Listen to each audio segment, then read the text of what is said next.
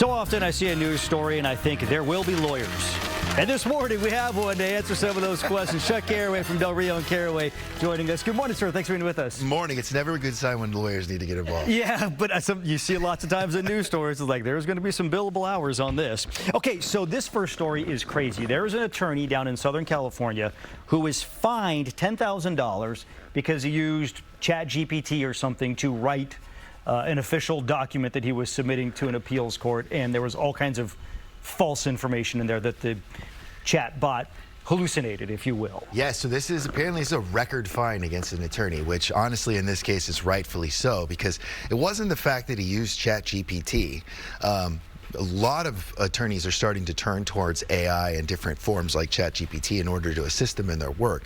The major issue here was that he just committed a day one law school flaw or taboo in the sense that he had ChatGPT upgrade his original motion, and then he submitted it to the court without ever reading it, reviewing it, or looking at the citations. And there was something like 21 of 23 of his citations to different cases in the law that he's supporting his argument. Making up cases that don't exist. Exactly. Things like that. It was completely made up. You have to shepherdize your cases, even to the point if you're writing the same motion that you've written 10 times before, if there are citations in that, you have to look at those citations every single time before you turn. I've never heard the word shepherdize. Now you can tell young lawyers, shepherdize or jeopardize your case. Another big story that's going on right now is there was an arrest made in the Palisades fire, that one that wiped out most of the Pacific Palisades in Los Angeles. And I thought, because the U.S. attorney held a news conference and laid out evidence like, you know, he was on ChatGPT searching or creating pictures of cityscapes burning and stuff. My initial reaction was, you're going to need more evidence than that to convict. I'm curious, as a lawyer, from what you've heard, what you think about the case against this guy. So there is a bunch of evidence that you're talking about. You call it circumstantial evidence, not direct evidence, and it shows that, you know, he has like this AI that he's generated burning cityscapes with people running through it.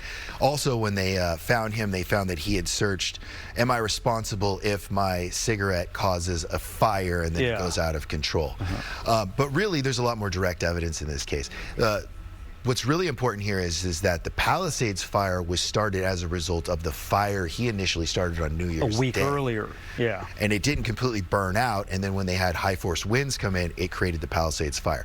Now, is he going to be responsible for that? Yes, there's something called causal nexus, which is basically like if you were to take a pole, put it in the ground from the first fire, and stretch that out to the second fire, you have a direct link to that second fire. That'd be causal nexus. Could his attorney say, well, prove, yes, he started this fire in January 1st, but prove this is the one that became the Palisades fire? Is that a legal avenue he could take? That's a very good question, and the answer is yes. That actually is the burden of proof from the district attorney in this case. They have to prove that that fire then caused the next fire. And if they don't find that, then he's not going to be on hook for the second fire. But the first, much smaller one. He would absolutely be on the hook for that. Another story we had that was really tragic was that helicopter that crashed on Highway 50 here in Sacramento. Unfortunately, one of the people on board has died. But it got me to thinking about, you know, that's a dangerous job in a way, of being a flight nurse or paramedic or something. And we were discussing the kind of workers' comp issues that come from an accident like that, or accident at any job. Yeah, and you had brought up a good point, and that is that you have an inherent risk in your job. Are you then able to have any kind of legal cause if you're injured? In this case, these flight nurses and the pilots, this is a very dangerous job. Helicopters, unfortunately, do fall or do come out of the sky. Plus, they're going into areas a lot of the time where they don't have an area to land and things like that safely.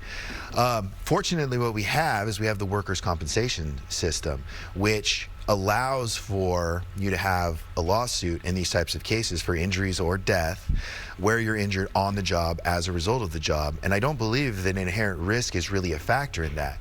What's negative about that, though, is that you don't have the pain and suffering damages you have in a typical negligence claim, which sometimes will be the majority of the damages in a case. We should say we are thankful that we have the people to do those jobs, those dangerous jobs. Chuck, thank you so much. Thank you for shedding some light on that for us. We'll be right. I guess what Courtney's coming next. Yes. Over to Court. Sorry, right. I almost tossed a break. I don't know why I thought we were done. Not quite. Thank you, gentlemen. It is 9:20 now. The cutest